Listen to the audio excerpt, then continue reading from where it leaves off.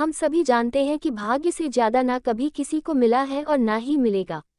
हमारे पास जो कुछ भी है, चाहे वो दूसरों से ज्यादा है या दूसरों से कम है, हमारे भाग्य का दिया हुआ ही है।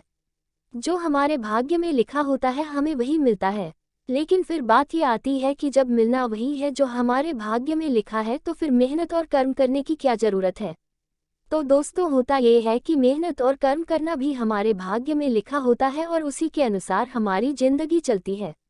कुछ लोग बहुत मेहनत करते हैं और तब जाके उन्हें सफलता मिलती है, लेकिन कुछ होते हैं जो कम मेहनत करते हैं और उन्हें सफलता भी ज़्यादा मिलती है।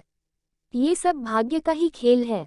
किसी के भाग्य में होता है कि वो जब तक मेहनत नहीं करेगा तब तक उसे कुछ नहीं मिलेगा, और किसी के भाग्य में होता है कि वो कम मेहनत भी करेगा तो भी उसे ज़्यादा मिलेगा। भाग्य के इस चक्कर को समझना बहुत मुश्किल है। बस हम इतना समझ लें कि जो होता है और जो हम करते हैं वो सब हमारी किस्मत का लिखा होता है। बहुत समय पहले की बात है। एक गांव के मंदिर में एक पुजारी था। वो पुजारी अपना सारा समय मंदिर की सफाई, पूजा पाठ, आने जाने वालों के लिए पूजा करने में ही बिताता था। उसके परिवार में कोई नहीं था और वो अपना खाना पीना मंदिर में होने वाले चढ़ावे से ही चलाता था। वो पुजारी व्यवहार का बहुत अच्छा था। उसके मन में पैसों के प्रति ज्यादा लालच नहीं था। मंदिर में जब भी ज्यादा चढ़ावा होता तो वो उनसे दूसरों लोगों की भी मदद करता था। पुजारी मन ही मन ये भी सोचता था कि मंदिर के चढ़ावे से थोड़ा बहुत बचत भी होती तो भविष्य के लिए अच्छा हो जाता। लेकिन गांव का मंदिर था तो वहां लोगों का आना जाना कम होता था। मुश्किल से दिन भर में 5 से 6 पैसों का चढ़ावा हो पाता था, जिसमें से पुजारी अपने दिन भर की जरूरतों को पूरा करने के बाद सिर्फ 2 पैसे ही बचा ही पाता था। और जब कभी चढ़ावा ज्यादा होता तो पुजारी के पास कोई ना कोई व्यक्ति ऐसा आ जाता जिसे मदद की जरूरत होती थी और पुजारी उसे मना भी नहीं कर पाता। बहुत समय बीत गया लेकिन पुजारी पूरे दिन 2 पैसों से ज्यादा बचत कर ही नहीं पाता था। वो हमेशा भगवान से यही प्रार्थना करता कि भगवान कुछ तो ऐसा करो कि मैं 2 पैसों से ज्यादा की बचत कर पाऊं। भगवान से प्रार्थना करके पुजारी रोज की तरह अपने काम में लग जाता। कुछ समय बाद पुजारी की शादी हो गई। घर में अब 2 लोग हो गए और खर्चा चलाने के लिए ज्यादा पैसों की जरूरत पड़ने लगी। पुजारी की शादी होने के बाद मंदिर में लोगों का आना जाना बढ़ने लगा, जिसकी वजह से चढ़ावा भी ज्यादा होता और अब पुजारी अपने घर के खर्चे पूरे करने के बाद 10 पैसे रोज बचाने लगा। धीरे धीरे पुजारी के पास ज्यादा पैसे हो गए। कुछ पैसों से उसने अपने घर की मरम्मत करी और कुछ पैसों को भविष्य के लिए बचा लिया। कुछ समय बाद पुजारी की संतान हुई और अब वो 2 से 3 हो गए। पुजारी की संतान होने के बाद अब पुजारी ने देखा कि वो अपनी दिन भर की जरूरतें पूरी करने के बाद 15 पैसे बचा लेता है। धीरे धीरे बच्चा बड़ा हुआ और स्कूल जाने लगा।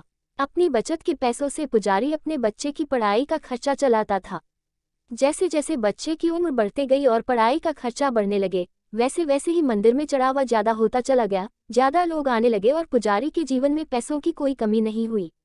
अपनी जिंदगी को इस तरह बदलता देख पुजारी ने एक दिन भगवान से प्रार्थना करी और पूछा कि भगवान, मैं रोज के 2 पैसे बचाता था और बहुत कोशिश करने के बाद भी मैं कभी 2 पैसों से ज्यादा नहीं बचा पाया, लेकिन आज मैं सब खर्चे करने के बाद भी 30 पैसे बचा लेता हूँ, जो कि मेरे और मेरे परिवार के लिए बहुत हैं। इस सब की वजह क्या है भगवान? क्या ये आपकी कृपा है या फिर मेरा भाग्य? ऐसा कहकर पुजारी अपने रोज के कामों में लग गया। रात हुई और जिस समय पुजारी गहरी नींद में था उस समय भगवान उसके सपनों में आए और बोले, भक्त, न तुम्हारा भाग्य बदला है और ना ही मैंने कोई कृपा करी है।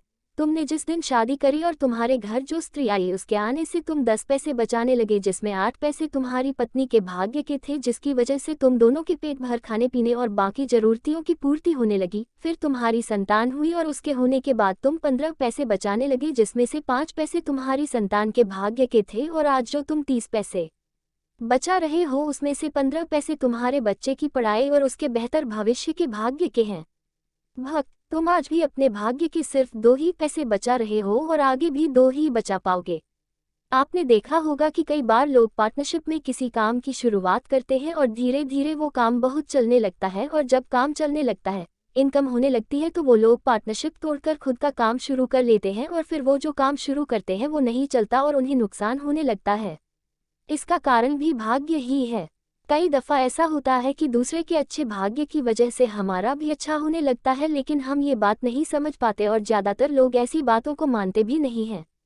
कई बार हमारा भाग्य हमारे दोस्त, हमारे पार्टनर, हमारे परिवार के लोगों के भाग्य से भी जुड़ा होता है और जब तक हम उनके साथ होते हैं तब तक हमारे साथ सब कुछ अच्छा होता है और जब हमसे उनसे दूर होते हैं तो हमारे साथ चीज़ें ज़्यादा अच्छी नहीं होती।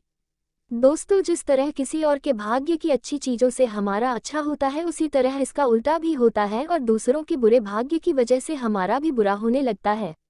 यही भाग्य का खेल है जो सारी जिंदगी हमारे साथ चलता रहता है। अगर आप ऐसी बातों को नहीं मानते और भाग्य पर विश्वास नहीं करते तो इस कहानी को अच्छे से 2 या 3 बार सुने और अपने मन में सोचें कि क्या सच में ऐसा होता है। क्या आज तक आपके साथ ऐसा कुछ हुआ है जिसमें किसी और की वजह से आपको फ़ायदा हुआ या फिर आपके परिवार में किसी सदस्य के बढ़ने से आपके साथ कुछ बेहतर हुआ? इन सवालों के जवाब जब आप खुद को देंगे तो इस कहानी से मिलने वाली सीख को आप बेहतर तरीके से समझ लाएंगे।